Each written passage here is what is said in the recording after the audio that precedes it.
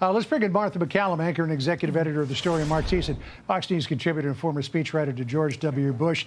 Martha, let's start with you. You got to be on the air with your own program in about 28 minutes. What are your top line thoughts about what we've heard over the past hour and 25 minutes? Well, it's extraordinary. And, you know, the first incredible part was to look back at this mission, as you and Sandra were just discussing. And, you know, the words of John Radcliffe, he said, "Now all can believe we will not leave any man behind." And he said the president had been extraordinary in his leadership in all of this. He said, you know, he has political courage, which a lot of people don't have. This was an incredibly dangerous mission. The president also sort of detailed something that had been out there a little bit, John and Sandra and Mark, with regard to what happened. He said, you know, they took it down with a shoulder-fired missile, and it went right at the engine. It was a heat-seeking missile that went right at the engine. So every once in a while, you know, they're going to get something, they're going to be able to make a hit, even though they've been so decimated. So I think the overall theme about what happened over the weekend was extraordinary and summed up, and I'll finish here, by Pete Hegseth, who said that this pilot was shot down on Good Friday. He was then the next day in a cave, and he was reborn on Easter as the sun rose. I mean, I thought that was an incredibly moving moment. I think all Americans are just so proud to hear about the incredible courage of those who were involved in this mission. It's just absolutely extraordinary. I think it's worth taking a moment to really think about it, to be proud of them, to pray for them, and to be so grateful for the end of this story. Yeah, Martha, and just the detail that we were learning about the airman treating his own wounds as he lay there, but knowing, as General Kane said, they know we are coming for you.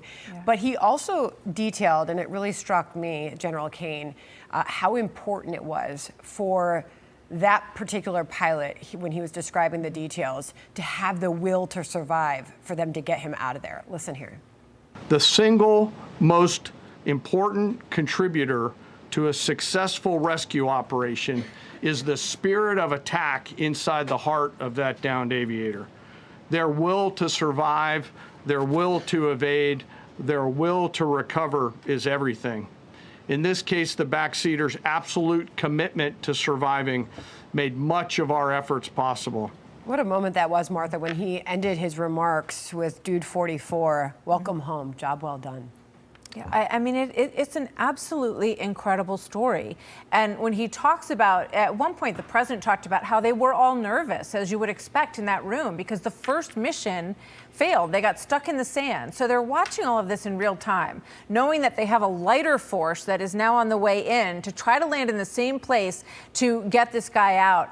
And it succeeds, but the heart-stopping moments in between, I think, you know, obviously were so well described there today. But they talked about 40 miles away, the president said, that they thought they saw movement on the mountain. And 40 miles away, they're looking, we think we see movement on this mountain. I mean, it's an absolutely incredible story. And then he said that, you know, this airman started to move around a bit more, and they positively identified that he was alive and he was there. And the other thing I'll end with is that, you know, General Kane said, they know, these two downed airmen, that we are going to come get them and that we are on the way.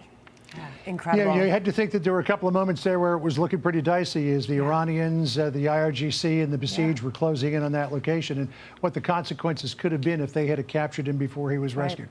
Martha, thank you. We'll cut you loose. We'll let you get ready for your show. Coming up in about 25 minutes. We'll see you soon. Mark, let's turn to you now, because the extraordinary nature of this mission is really told in the idea that the president said this is the first time that he knows, probably many other people have ever heard, of something like this happening.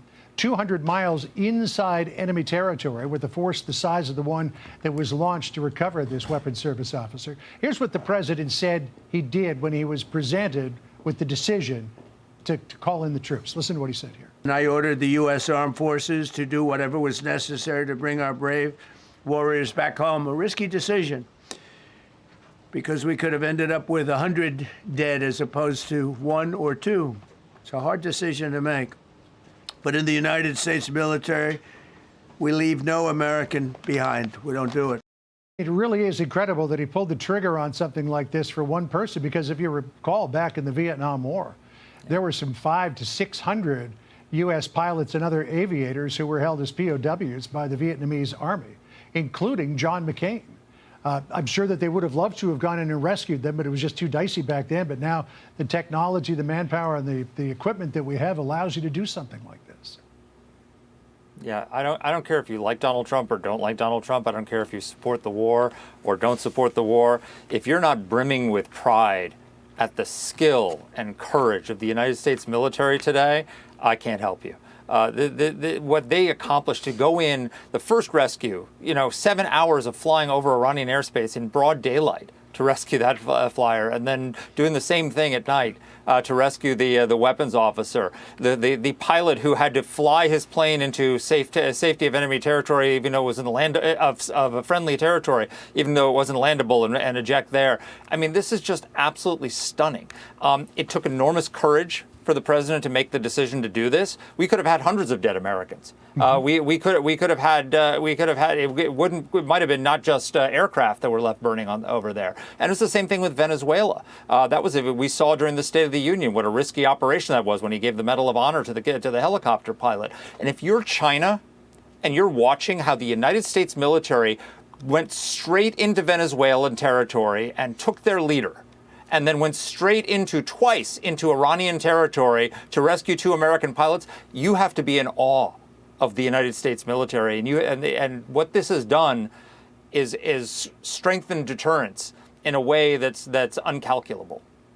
Also, the details we received directly from the CIA director, John Ratcliffe, making it very clear how while they were conducting these rescue operations, they were actively having to deceive Iran. Here's Ratcliffe. This was also a race against the clock, as it was critical that we locate the downed aviator as quickly as possible, while at the same time keeping our enemies misdirected.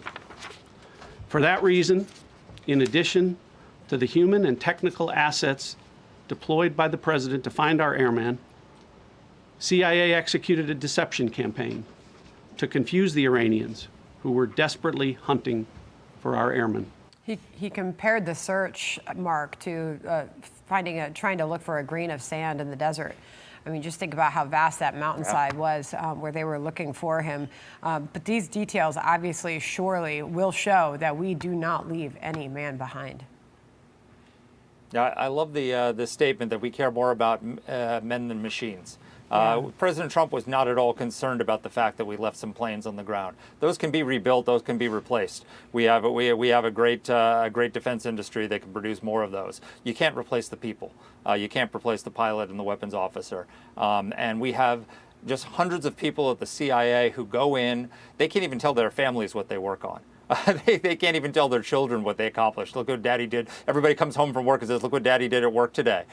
They can't tell their kids. And they are out there every day thinking about our men and women in combat, making sure they're safe, making sure that they have the right information so they can carry out their missions safely.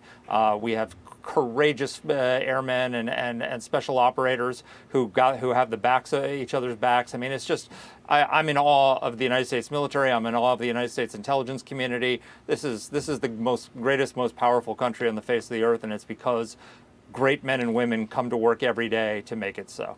I mean, we saw the operation to get Maduro in Venezuela, and now this. I mean, Yep. That's a pretty great record for the U.S. military. I hope you're watching, Xi Jinping. Be sure to like and subscribe for all the Fox News latest on YouTube and catch full shows streaming now on Fox One.